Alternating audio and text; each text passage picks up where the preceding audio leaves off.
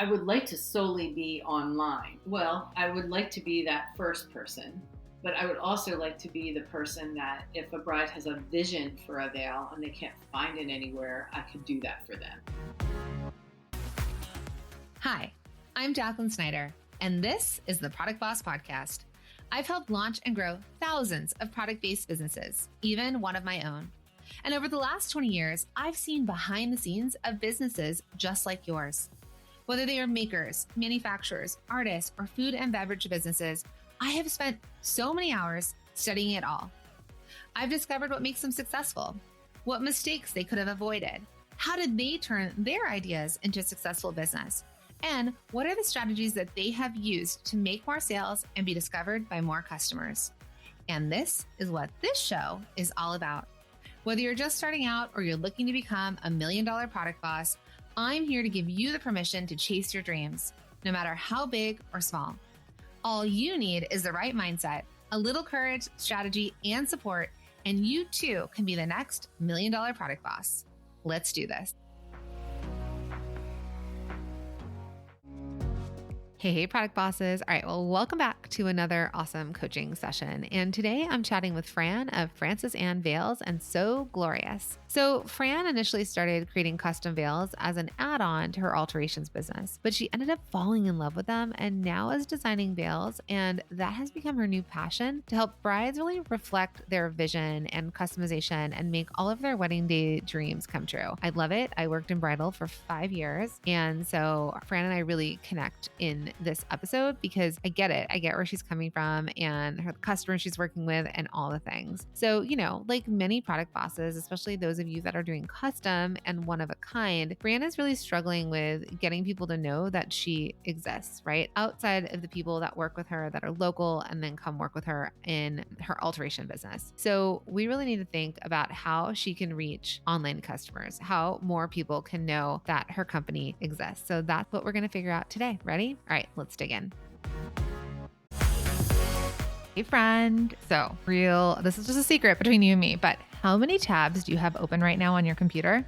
If you're like me, it's literally all of them. It's so many. And when it comes to all of the tabs for your product biz, I know it's a lot more. And with all of those open tabs, you're spending more time searching to find what you need when you could be focusing on your zone of genius and what's going to actually move the needle in your business. Am I right? But with HubSpot's customer platform, you don't have to worry about all those tabs anymore. Why, you might ask? Well, that's because you can access all of your tools on one platform. Not only that, but you can optimize your workflows for marketing your products. You can keep track of every customer service email. You can create content quicker with the help of AI and manage all of your customers all in one place. So, my friend, if you are ready to stop wasting time with multiple tabs and start focusing more on your zone of genius, visit HubSpot.com to get started today. So tell me a little bit about your company. So what you sell, why your veils and what you sell are different, and where you're currently selling them. And then the second part of that question is how are customers finding you? So the veil company is called Francis Ann Veils, and I am selling online and face to face because I have an alterations business too. And when the brides come in for alterations, if I notice they don't have a veil, I'll say, hey, how about a veil? And then I put one on their head and they cry and we get a veil. What makes me different is I do a lot of custom work. In fact, just about everything I do is custom. Brides will come to me with their mother's dress in hand, their mother's wedding gown in hand, and say, how can I incorporate this in my wedding? And I could redesign it for them, but most of them don't want to do that. And I say, well, I can use elements from this in your veil. Or they'll come to me with a request for something unusual, and I'll do that too. So most everything is custom. I'm also in 2 stores, in 2 bridal shops, and I sell to them wholesale. So how do people find you though? So like how are they coming to you? What town where are you based? And is it local people coming to you? I'm right outside of Lancaster, Pennsylvania, and it's a little town called Conestoga. We don't have Conestoga wagons here.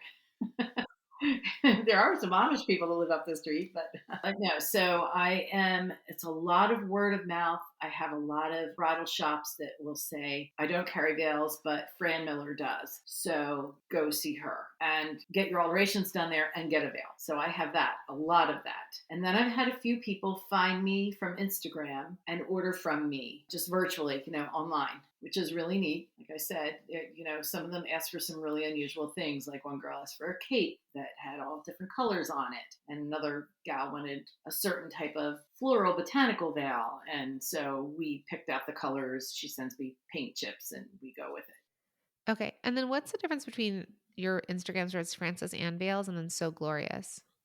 Okay, So Glorious focuses on alterations, and I have a lot of bridal seamstresses that follow that too, because I wrote a book on bustles, and so they are buying the bustle book. It's called the Ultimate Bustle Workbook, and yeah, and that's what I started with. I started that company in 2018 when I retired from being a school administrator. And I just thought, hey, let's see how this goes. Well, the calendar blew up and So Glorious took off. I was very fortunate. But then as time went by, I wanted to do veils, more veils, branch out and do that. And I would like to lessen the amount of alterations that I'm doing. So that's why I started Francis Ann Veils. And when we think about the veils, because, and I was telling you that my background actually for 5 years, I worked in bridal. I wanted to be a wedding dress designer, all the things. And I know exactly what you're saying because I'd get them fitted in the dress. And the way I would sell the dress was I'd put the veil on. Mm-hmm. And then that's when they would cry. Right. Yes. Or the Right. moms cry. Everybody cries. Yeah, somebody would cry and they'd be like, "Oh my God," right? And especially there's a lot of women that like I think sometimes we're like, "I don't want a veil," and then it's like, the veil you put in the back that's not like the big, the blusher and all the things. So I know the customer really well. I know the thing. So what's interesting to me is wherever they're buying their dresses. So I think the thing that we need to start to hone in on is the kind of customer you want to attract.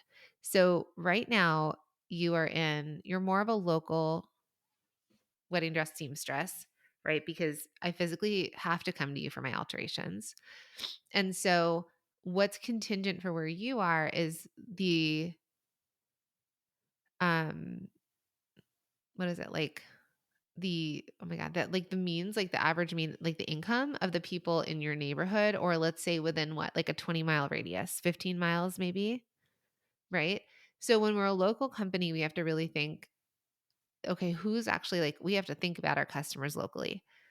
The hard part about custom veils online is that she can't try it on with her dress, and that's such a big part of the experience, and to choose whether it's the right veil or not. So, I guess my first question to you is what size? Because this is like a retirement slash like side hustle, something you enjoy type business. It doesn't seem like you don't need it, right?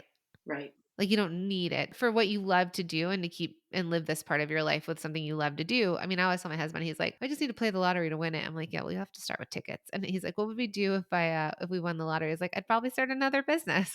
Mm-hmm. Mm-hmm. You know? I love Yeah. it. And really, I would take this as far as I could if I weren't drawing on my Social Security right now, and there's a limit to how much I can earn. Right. But and my husband is very supportive, and part of me wants to say, just will pay the fee, because you pay Right. extra. Well, I guess I want to know from you then, what would, if this was like, because if you don't care about like drawing from Social Security, if like you're like, I could replace that in work and love it and whatever, but what would be your ideal scenario for this company? Because we can make it whatever you want it to be and we can make it work. And it'll help me guide you in terms of coaching you in terms of which direction to go. I would like to solely be online Solely be online. Okay. where I meet. Yes. Or they can come here. I'm okay with that. I just would prefer not to. I know I want to say it so horribly, but I know as I get older, being down on my knees, pinning dresses, Yeah. it's a lot, you know, and it's a lot of peopling too. Do you like the creative ideas of helping the bride decide how to use aspects of vintage dresses, or is that the thing that gets you excited? I absolutely love that. Yeah. So like design Mhm. and creation, but it doesn't have to be the making. Right. Okay. And right now you are sewing it all and doing it yourself. Yes. There's a lot of hand sewing there. There's a good amount. Yeah. I didn't tell you, but I've made 3 wedding dresses for people. Me too. One of them was my husband's friend who was into steampunk, which I didn't know what steampunk was. Do Yeah. you know what that Mhm. is? Okay. Mhm. Yes. So I mean, it was a blue leather corset with like skirt as her wedding dress. Did that. And then I Mhm. made my friend Tatiana and her sister's wedding dresses.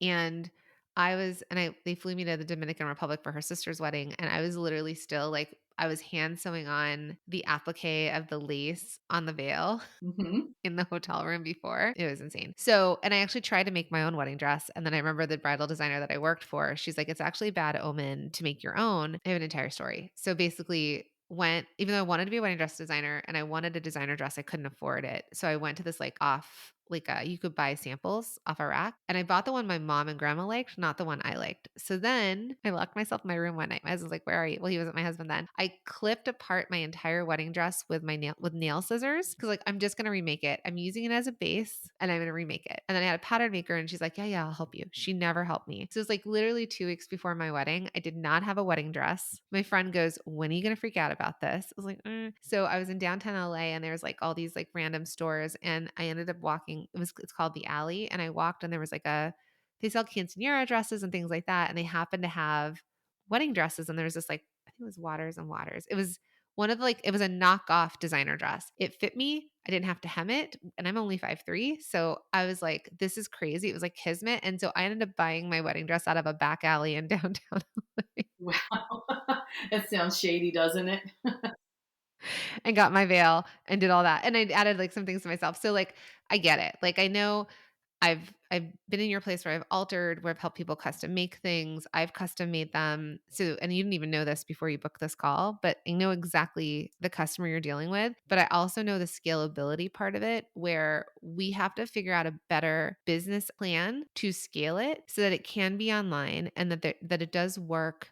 Like a way to make this work for the bride and for you, right? Because most people don't necessarily buy things online, or if they do, like you said, it's like an afterthought. So the first thing is that we need to establish the veils or the work you can do. It's almost like if we can establish you as the person who takes people talk about you. They're like, yeah, go to Fran Miller. She'll take your grandma's whatever. She'll take your mother's whatever, like whatever it is. You can create this idea with her and then she will figure out ways that you can use it and incorporate it, whether it's in the veil, whether it's like the ring pillow. Like there's other accessories I think that you could help them ideate. A thing for the guy's pocket, whatever it is. So I think there's lots of ways. And so if people hook onto the storyline or the idea of the stories that you're going to tell about the brides and how they use things, that's the thing that like whether you have a loss and like you lost your parent, your dad, your mom, you had a grandparent that you wanted to incorporate. Those stories are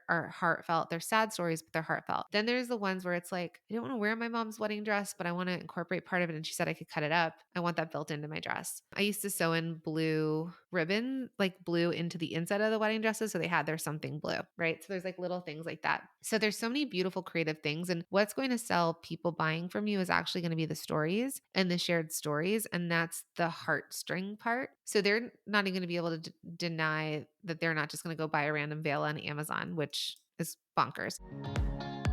So are you seeing what I'm doing here? Are you picking up what I'm putting down, right? So the first thing you need to do when wanting to sell online, well, you need to establish yourself as a business in the online space, especially if you're selling custom or one-of-a-kind products. So what makes you and your products stand out? That's a question to ask yourself. What is it that makes you stand out? And what is going to make people talk about you and your business, right? We need to stand out in a crowded market. And the other question to ask yourself is what's going to make customers refer other people to you? So for Fran and her veils, she's going to do that through how she creates the veils and the stories related to the creation behind those custom pieces. dresses. Why? Because people will buy and talk about things that make them feel or hold on to something that's like a special place in their heart. Or people like stories and memories, right? They always say stories sell. And more than that, the thing here is that we need people to see the product and connect with the product that you're selling so that they'll want to buy them. And so that's really why you need to figure out what will make your customers relate to your products, right? How are you going to stand on a crowded market and how are you going to pull them in? So let's now see if we can determine who Fran's ideal customer is and how she can connect with her. But we also have to then establish the customer that can afford this. So the wedding dresses that I used to sell were $5,000 to $10,000. It was custom and it was Beverly Hills. When I was looking at wedding dresses, and at that point I couldn't afford these dresses, they were also 5, 10, 15,000, like the designer dresses I wanted. I think you mentioned in your intake form that your customers are selling or buying maybe $2,000 plus dresses. So it's thinking, are they the David's bridal customer? Because probably that's not your customer, right? So where is she buying her dress? Is she going into New York City and going to the designer? Like what is she doing? Some of them are going to New York. Some are going to some, we have some what we call high end shops here in Lancaster. 'Cause Do you know what dresses they're buying? yes, yes. So who's it coming from? The Monique Lillier, a lot of Sotero, which is that mid high range, some Beholden, which is the anthropology brand. And then I get some that, of course, the names escape me right now, that are pretty up there, a good $5,000 dress. So yeah, but I would say the average cost of a gown here is about 3,000 is what I'm getting. So then the next question is why aren't they buying the Monique Lullier veil to go with it? Because I know a lot of times too, it's like you're matching the tone of the dress or there's like a custom veil. Do you know why they're not buying to go with their dresses? Because those veils will start at like $1,200, $1,300. So they will believe that they can get exactly what they want from me, and they'll pay about 500 to maybe 1,000, depending on what they get on it. Okay. And because also same thing, same place. My best friend, when she got married, I helped her pick her dress out. We were at the dress store and they were trying to sell her the beaded belts and they were $800,000. I was like, no, no, come downtown. I'll buy the trim and I'll make it for you. Right. Oh, yeah. Oh, yeah. I mean, the cost is kind of low. So, Yeah. So there are definitely ways, or like the hair accessories and things like that. So there are definitely ways to get them cheaper, but we also have to think. So that's the place I want you to think about. Are we trying to compete that they don't get the veil from Monique Lullier and you're a cheaper version of it, or is it the story that they're going to be willing to pay anything to have, this amazing, magnificent veil? Are you profitable on these $500 to $1,000 veils? Like and what I want you to think about is all the back and forth is you have to charge for your hours of the back and forth, the cutting, the probably insurance that you might not have insurance, but the sign their life away. You're sending me your mom's dress. I'm going to cut it up situation. And then your labor. So I would like to replace your labor eventually down the line where you're not the one making it all. But so I want you to think if I were to hire if I were to hire one or two sewers that were doing it for me and instead you were doing the creative process and they were doing it, like what that hourly would be. So I guess my question is the amount that you charge them, are you making enough money as a profit margin? I am. When I went to New York Bridal Fashion Week last year and joined a show to show my veils and sell them wholesale. We had we like training courses, and one of them was on pricing, and that really opened my eyes because I thought, oh, it's just I'm buying tulle and a comb and thread, And then they're like, well, how much are you charging per hour for yourself? And what about advertising? And what about the travel to go to places to source materials or your time in sourcing materials. And so when I figured it out, I thought I was in the right ballpark, maybe a little low, so I made the prices a little higher. And again, no one is really blinking at them. No, yeah, but I just want to make sure it's profitable to you. So I'm just going to give a scenario because and my MSM students know that like I go deeper into the formula, but on the podcast I kind of share a general. Okay, so whatever your cost of goods are, so that would be the tool, the comb. It would include labor, so cutting, sewing, packaging, like things that for 1 unit it costs to make, you would at least double it. And that would technically get you to your wholesale. Retail is doubling it again. Now I have more of a detailed formula. It's the numbers are slightly different, but if I could give everybody just the 2 times 2 formula, like at least I know it'll get you closer. So including labor, are you like cost of goods plus labor times 2 to what they're paying? Right. Yes. Because, Yeah, yeah, because what I had learned was times three. great. Yeah. I And mean, you're doing that. No, don't. If it's what the market will bear. So if you like we can buy a gold bracelet we could buy solid gold and a name is going to charge X amount more. Like if you buy a Cartier or Tiffany's bracelet, it's still gold. It's just you're paying for the name. So, all right, I just want to make sure in the right margins ballpark. I believe I am. Okay, great. Perfect. So the next question for you is that do you want to be known as the place that you take old, like not old stuff, but stuff that's of value to them and then you remake it into something custom? Or do you want to just be like, hey, you need a veil, I'll make you a veil with new material? Right. Well, I would like to be that first person, but I would also like to be the person that if a bride has a vision for a veil and they can't find it anywhere, I could do that for them. Okay. So that's, and again, that's more custom sourcing. So that's like going into the city. That's finding the materials and back and forth. So I do want to just make sure that you're always going back to your time and that for the design work that you're getting paid a good, like sewing, we could pay someone $20 an hour to sew. That's not the like the high dollar amount work, which you as the designer, as the visionary, as the creative, that's a very specific thing that does have a higher value to it. So a lot of times I'll coach people either, especially for custom work like this, you either have like a flat rate. Okay, so the design process, is going to cost, I don't know, $150 because it's going to take you 2 hours and you want to charge 75 an hour or something. You don't have to tell her I'm 75 an hour, but I want you to just build it in. So materials and all that, but then the back and forth. And like you said, the sourcing, because you might have the other thing you might do is like it comes with 2 revisions. Every revision after cost extra because we know we have really indecisive people or the wind blows them in a different way or they get an opinion and they end up cutting up their whole wedding dress with nail scissors. Could be me or someone who's like, yeah, easy. You nailed it the first time, Fran. I love it. Let's do it. So it's just making sure that you're paid for it's like hiring an interior designer. It's hiring a custom person for something really special. So that's another part that I just want to make sure you're paid for. Okay. So then the next part is really positioning you as,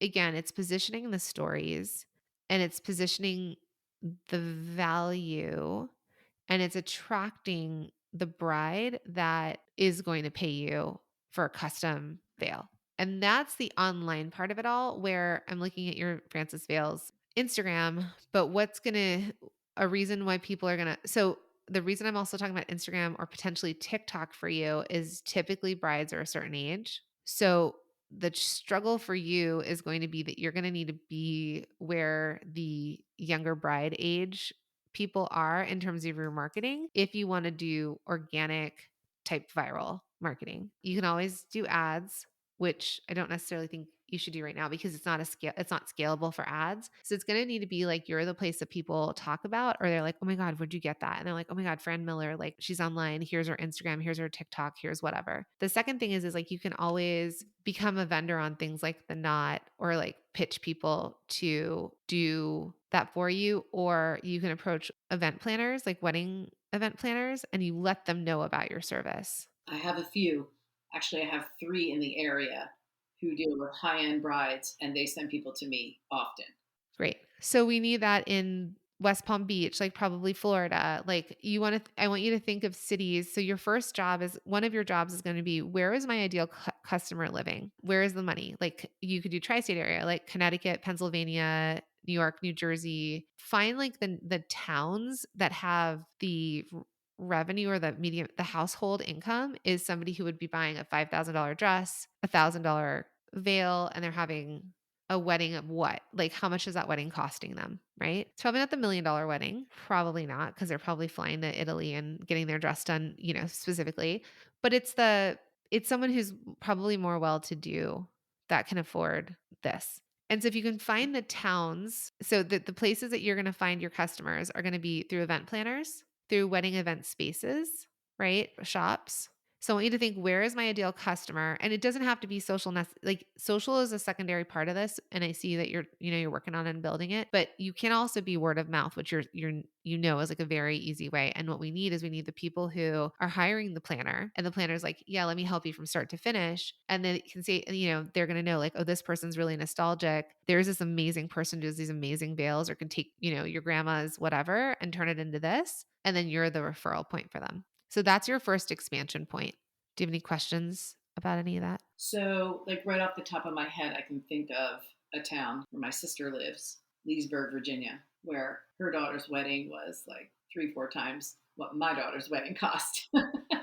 Yeah, it was like 7 years ago when my daughter got married, but my niece got married last year, and it was it was bougie, it was nice, and I thought, I did make her veil, by the way, and and I thought, wow, if I could get more customers here. So if I identify those towns, then do I identify the planners in those towns? Is that what you're saying? Yes. Okay, just wanted to clarify that. And you can think about like wedding venues too. So what you really need to spend more time on is really getting in, and I know you're in the industry, but like where like Pinterest is a great research tool, because women who get married will go on Pinterest and they're pinning entire boards, what their showers are going to look like, what their weddings are going to look like. They start to think about their flowers. And so really you can find a lot of, and then also what the trendy location is. So there's going to be tropical weddings. So you might be like, yeah, my brides get married at the Four Seasons, or I remember I was looking at this place called like the Rock House in Jamaica, right? Like, and the way that I found these places to get married at was that I went on things like The Knot. So for example, but this is a long time ago, so things might have changed, but I wanted to get married in LA and I was looking at venues. And so there's in Malibu, there's like Calamigos Ranch. That's like a really good place. I ended up getting married at this place called the Smog Shop, which was like an old car garage that they created like this cool like indoor outdoor space, whatever. And it was really cool. And I found that because I was looking at places. So if you go like LA brides, maybe certain towns in the Carolinas, I know you were talking about your sisters and it's a very, very small town. I actually think I want you to look more at the bigger towns, because when you live in a small town, you drive into the city a lot of times. So I flew to New York to look at wedding dresses, and I did LA. So they're going to go probably to like the bigger city part anyways. So like I would look to like the big, like again, like I said, West Palm Beach, Miami, Los Angeles, San Diego, San Francisco. Pick these like bigger cities first and find like the places that your bride would get married at. So that would be the events places. You could look up best event planners in LA, or, you could go on The Knot, like do all this research. And what I'd like you to do is I'd like you to make a Dream 100 list. Okay. And you can do this for everything we talk about. So it could be a Dream 100 list of event planners. It could be a Dream 100 list of locations. So I want you to think about who the tastemakers are. And also it could be of the bridal shops. So who the tastemakers are the places that your ideal customer would go to. And those people are the technical influencers of the bride. So she's doing her own research. She's following certain social media accounts. She's on Pinterest. She's looking and she's like, oh my God, I want a wedding just like so-and-so. So you're going to need to be aware of that. And then you're going to look for event planners. And again, it might not be top tier, and it might not be like the Mindy Weiss who plans like the Kardashian weddings, right? But it might be like the tier of like normal people weddings, probably normal people, wealthier weddings. And so if you do a Dream 100 list of everything you're looking for, you're going to have 100 places to contact of each one. And I know that feels overwhelming. So start with the one that most motivates you first. So if you're like, I want to look up 100 planners, maybe start with, I'm going to look up 10 cities in America and I'm going to find 10 planners for every city. And I'm going to start to contact them. And so that gives you 100 people to contact across 10 different cities. And then block it out for yourself. I'm going to do this over the next 10 days. So I'm going to do 10 a day, right? And then you might say, then for the 10 days after that, I'm going to contact 10 a day. You can choose your spacing of time of like how long you want to do it, but I would just break it down, because that's where the overwhelm comes. And I would just say, okay, I want to get 100. I'm going to break it over this amount of days. I'm going to find this information and do it. And then over this amount of days, I'm going to contact them. So first part for you is going to be a lot of like, it's going to be the creative of like, who's a tastemaker and influencer to brides in this day and age, finding their information, and then eventually contacting them. Okay. That's going to start giving you the leads that you're looking for.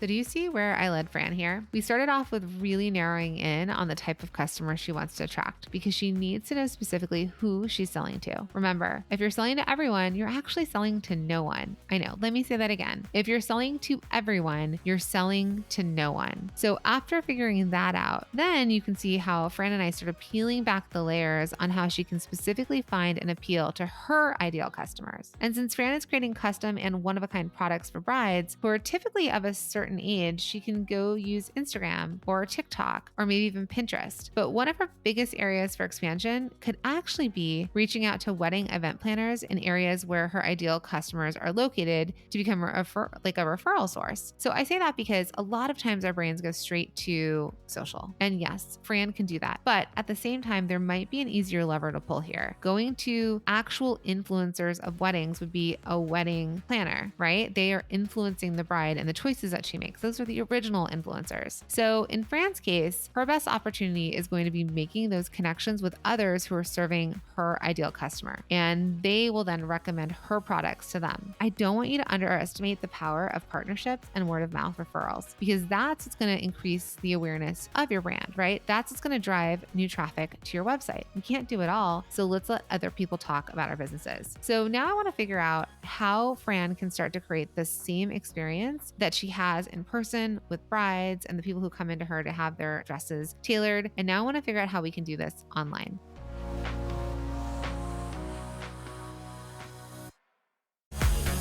Hey, friend, it is podcast recommendation time again. I know we're obsessed with podcasts here. I know you are too, because you're listening to this podcast. So this month, I am absolutely loving and I'm all about the Talking Too Loud podcast. And it's hosted by Chris Savage and brought to you by the HubSpot Podcast Network, which is the audio destination for product business professionals. Chris, which is Wistia's CEO, takes you inside the minds of entrepreneurs as they share the hilarious, informative, and most challenging aspects of building more human brands. It's hilarious and informative and also challenging. I know, that's entrepreneurship wrapped up into a few words. Now, one of my favorite most recent episodes is where Chris chats with Joanna. And now Joanna is the owner of Copy Hackers, who discusses the art of creating copy that converts and drive results, which is exactly what we all need. This is a really cool episode. I think it's so informative for those of you that are in the product world and something I know so many of you want to learn more about. This episode has some amazing takeaways and nuggets that will help you improve your copy.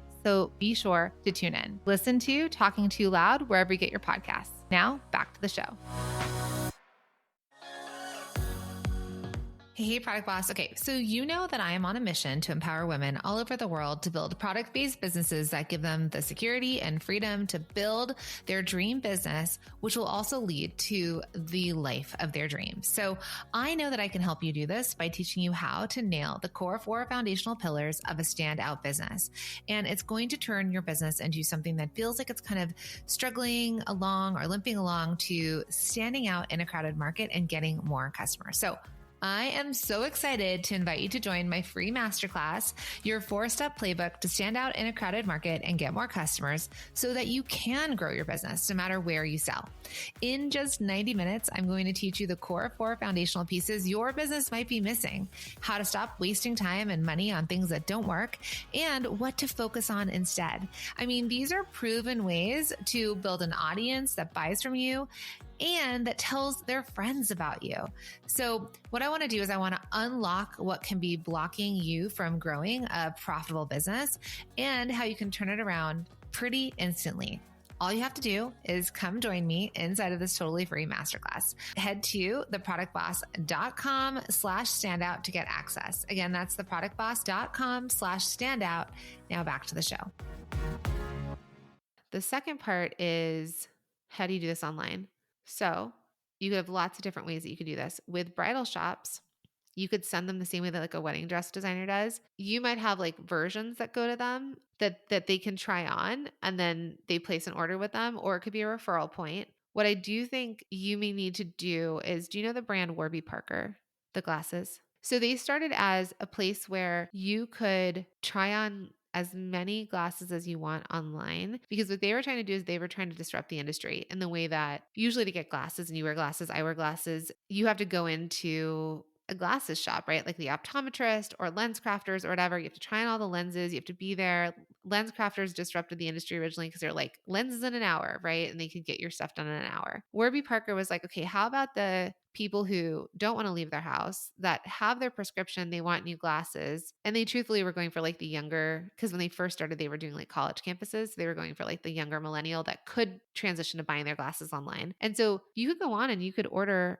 as many glasses as you want to try on at home and then send them back. Now I think it's like 5 pairs, maybe max, you can try on. You try them on and then you send them back and then they'll put your prescription in like on the one you want to try. So you may consider a version of this. If you want to sell online, she's going to need to try the veil on most likely with her dress. So in the customization part of it all, I probably should pay you a deposit to help me start with the design. And then it's like, okay, great. Do you want, to your fingertips? Do you want a short veil? Do you want a blusher? Do you not want? Do you want like a long, like cathedral veil? What do you want? I don't know. Okay, well, I'm seeing with your dress, it could be one of these three. Then you could do a thing where you send them the samples. You send her some sample veils. She tries them on. You could do a Zoom fitting, like where she tries them on. She could have the dress on. She could take it to her dress fitting if her dress is like at a store. And then she can tell you, I want to pick 1, 2, or 3. And you're like, great. Now we know like the length of the veil. She returns it to you. So you send it with like a return label. Luckily, it's super lightweight. So shove them in a bag and send them back and you steam them out again. And then she picks it and then you move into like the design, whether you do an illustration for her or whatever, and then she's picked it. So what you have to do is you have to think through the problems of the reason it works when they come into the store is because they can try it on. We can do the whole fitting together and they could try the veils. To sell something online, we have to recreate that in-person experience in an online way. So I would look at places like a Warby Parker, or there's places where you can rent clothes or you can try it on before you buy, sort of thing. And so I want you to think about these online ways of getting them the product to try so that you can solve they're not flying to Pennsylvania, all of them, for the custom veils, right? No. Yeah. So we have to come up with a solution if you want to scale online for that part. What did you hear me say that either you would like to try? Do you have any questions? Or you're like, that's not going to work because No, I like the idea of shipping some out and seeing what they like. I'm also thinking some once in a while, like I have a shop that someone will send me a picture of themselves in a dress and they have a veil on because the shop has like 3 veils for them to put on so they can have that bridal moment, you know, but the veils are not really for sale. So I'm wondering, do shops have these veils already in their possession? And the bride just says, "Oh yeah, I like that length, but I don't know what to put on it." yeah, Yeah, I think there's lots of I ways. do like the idea of sending some for them to try on and then getting back to me, and then we have a face-to-face meeting, or not have as many Zooms as we need to with brides in order to figure out what we want because I want them to be happy. I know you say that, but I want you to get paid for it. I know. Because if you're going to scale this, you're going to run out of hours. Right? Yes, that's right. We're not going to do that. No. Or you get paid well for it, right? And you know that you're like, oh, I can take 10 brides a month because I spent X amount of hours, but I'm getting the money I want to make, Exactly. right? Yeah.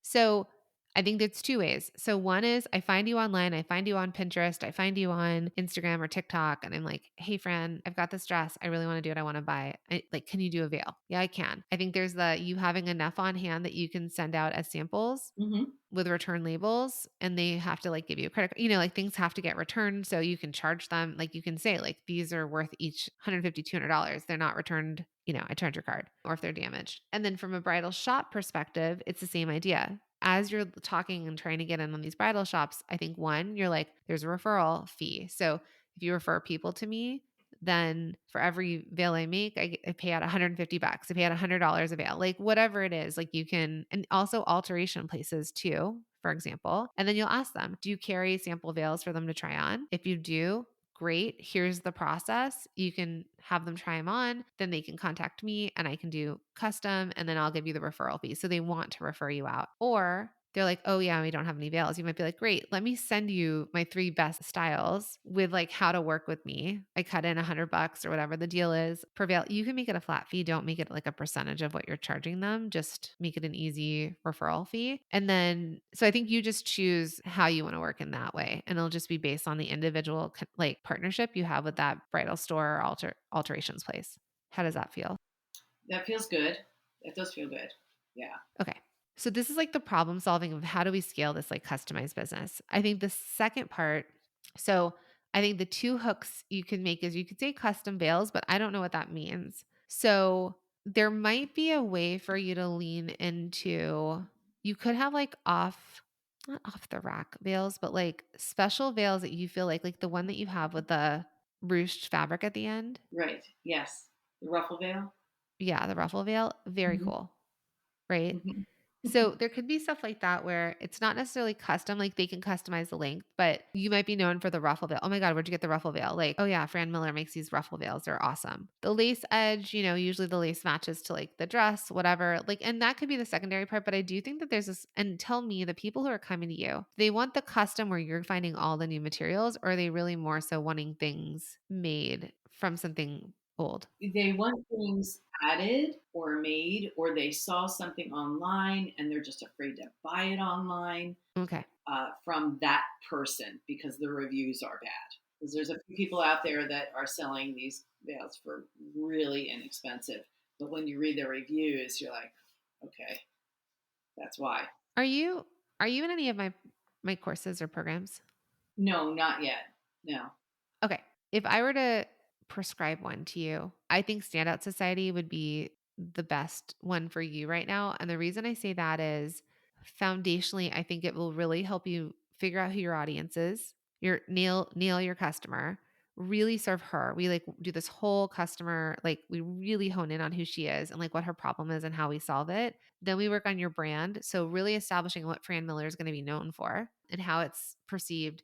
We talk about launching, so like how to create this launch plan and marketing, like how to market. So I do think this because you're not necessarily needing right now to sell wholesale and stuff. It's a little bit different, like your path. And so I think this foundational part, because the part that right now you can do anything for anyone, but what I really want you to hone in on is like what you can be known for. So people are like, call Fran for. If it's too many things, then we're not like becoming really good at one thing. Like Monique Lullier, and I interviewed with her back in the day. She wanted to be a wedding dress designer. Like that's all she did was wedding dresses and they were the high-end custom. She ended up doing her ready to wear, she ended up doing her like lower level Monique Lullier, she ended up doing her bridesmaids dresses. All of that was like years and years and years into her business. But it wasn't because she did it all, but when she established her name and it was like actually this coveted thing, like, oh my God, you're wearing a Monique Lullier dress, the same way that Vera Wing was when she started. It's like, and then she was able to trickle it down. So I really want you to establish like, oh my gosh, is that a Fran Miller? Or Fran Miller is the one you go to for what?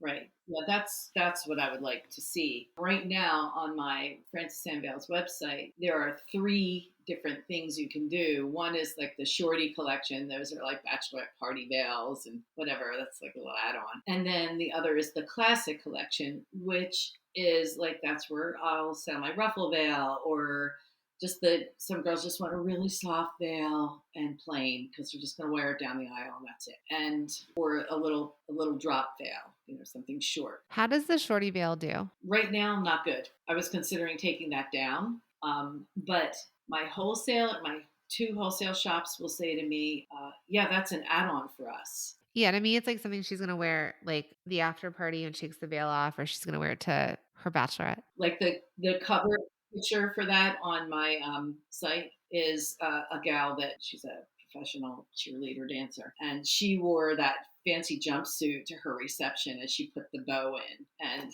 that's the kind of person who will do that. Okay. I think that that side's not necessary because I think it actually, the picture you have of her wearing it, I think it's gorgeous. There's like the styled photo in the front with the girl being tossed back by the groom.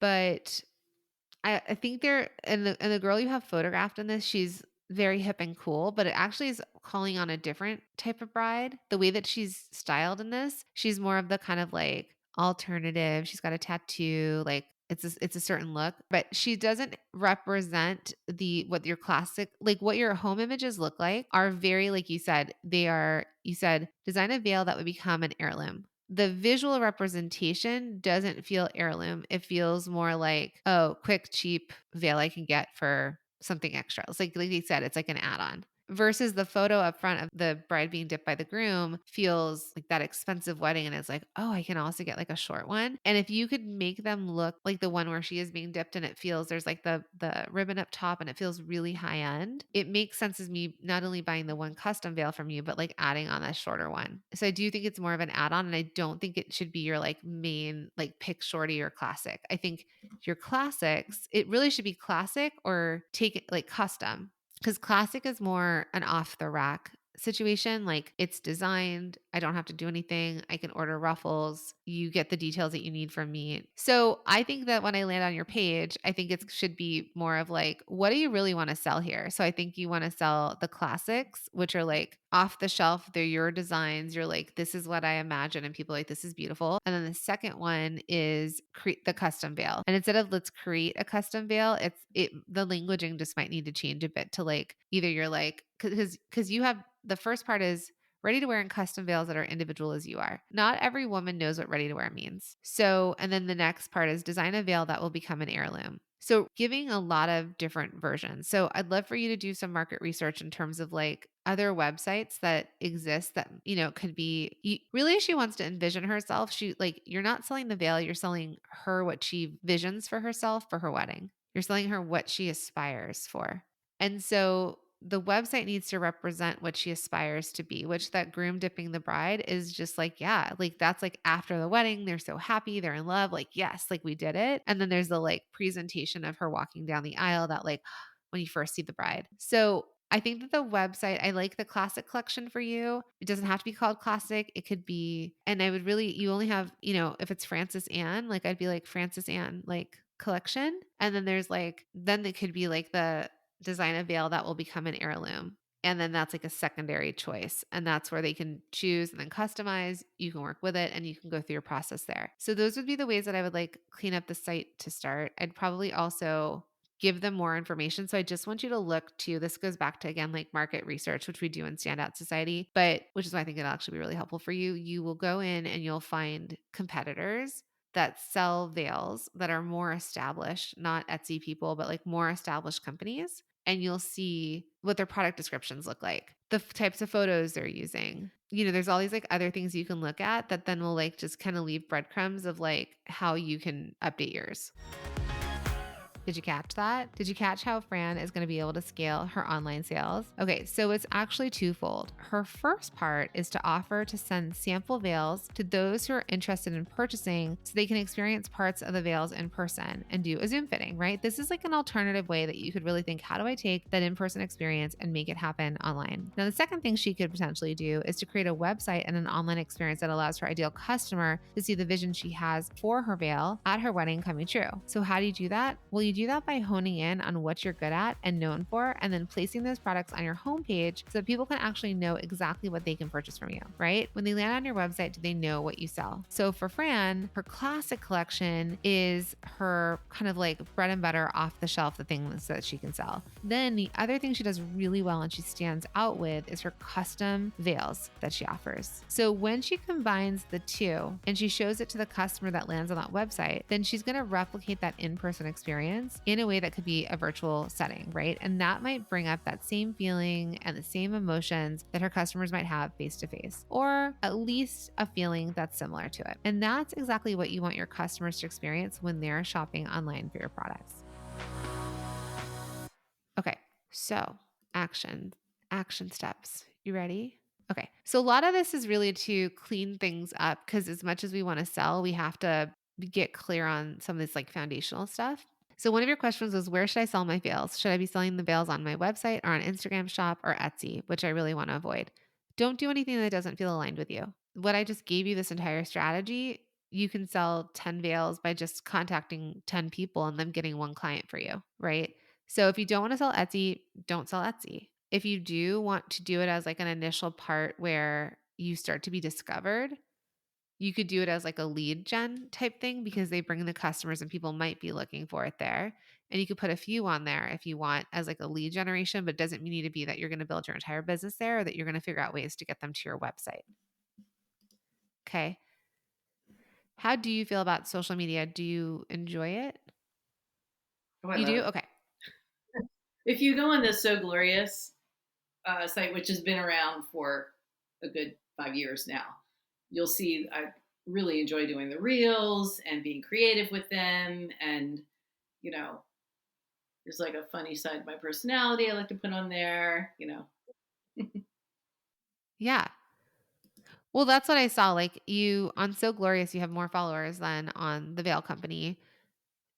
There's a little bit of like, I don't know if you need the two. I wonder if you need both accounts or if So Glorious can turn into the veils or you lean into one more than the other. So it looks like what you are posting on So Glorious is attracting people. Like you sewing that scrunchie got 11,000 people viewing it or putting in the back, like got, 63,000 people like to watch things being made.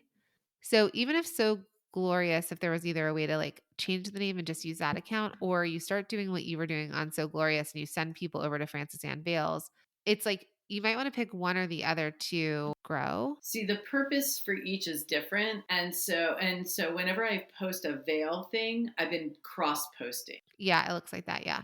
And like, should I continue to do that or Yeah, sometimes I feel like the algorithm's weird and it doesn't give it as much play, but you do have a lot of play and I see it's posted like the scrunchies on both. So here's another thing for you to do. Same idea. I want you to look for social accounts that have the same customer and what they're posting. If it's another veil company, not like Monique Lullier is going to post basically a beautiful visual lookbook.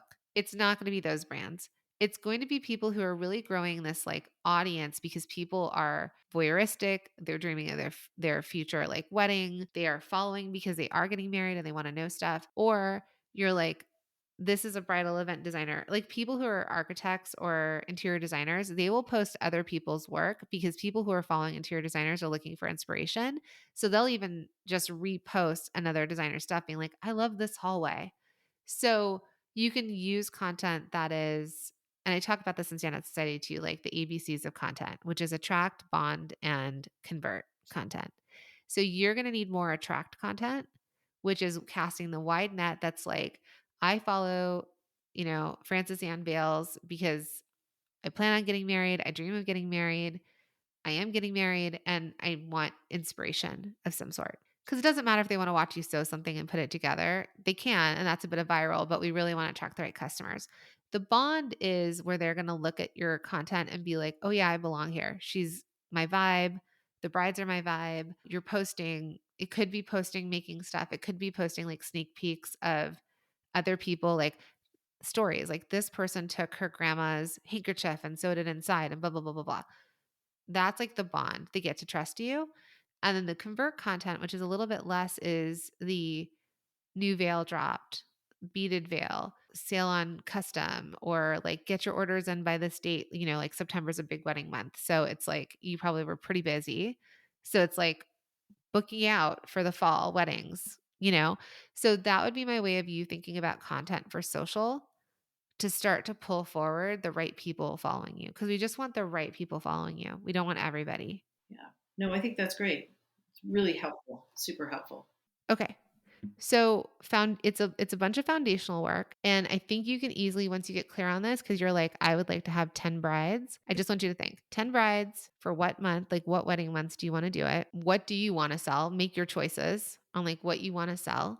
And then this Dream 100 list works for everything. So anything but it's a volume play. So it's not like I'm going to call one person and hope I get the 10. It really is that's why I'm saying 100 because 100 will shift like maybe you'll book 10 out of the 100 and now like that's my conversion rate. So for every 100 I call I get 10 people, but 10 people now but 90 other people know I exist. Okay.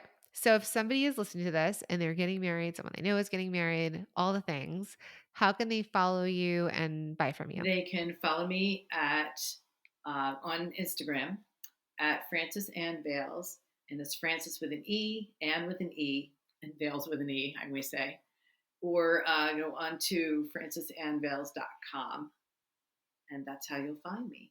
And friends, tell people about this too. So if you know people getting married, this is all word of mouth. So be like, oh my God, I heard this amazing podcast and she's amazing. And that's another thing. Like you could do once you find your hook. So like if you're like, I help brides do X, right? Which I think Stand Up Society will really help you in that too. You can even get on podcasts and stuff that are like wedding planners do have podcasts, right? So I want you to think who's influencing the brides. And you can do social, which is like a whole other thing, but I think that there's a faster way to it for you only needing 15 to 20 brides a month. You don't need huge volume right now. And when you get there, you can hire someone to then do their own 15 to 20 a month, right? And then you can keep adding on if that's the way you want to go. That would be fun. Amazing. My poor husband wants to retire next year. I'm going to be putting him on making veils, I right? was making veils in the Dominican Republic, so you guys can be Neat. on vacation making veils. That's right. Oh my gosh, that would not be good, but whatever. Like, get the sand I'll out. be on a Disney Space Mountain doing veils. You get to choose That's what you want to do with your life. So that's why I just want you to work backwards from like what you want. And it can be so simple. It doesn't, you in particular, me coaching you specifically, I know the podcast teaches in another way. For you, it's what do you want your life to look like? What do you want this business to look like at this stage for you? It's your after retirement thing. Make it whatever you want. Make it though that it aligns with what you want. That you're not building yourself back into something that feels like you're not retired. If you're not enjoying it, you get to choose different. right. True. Yeah. Great advice. Okay. Thank you. Yeah. Thank you.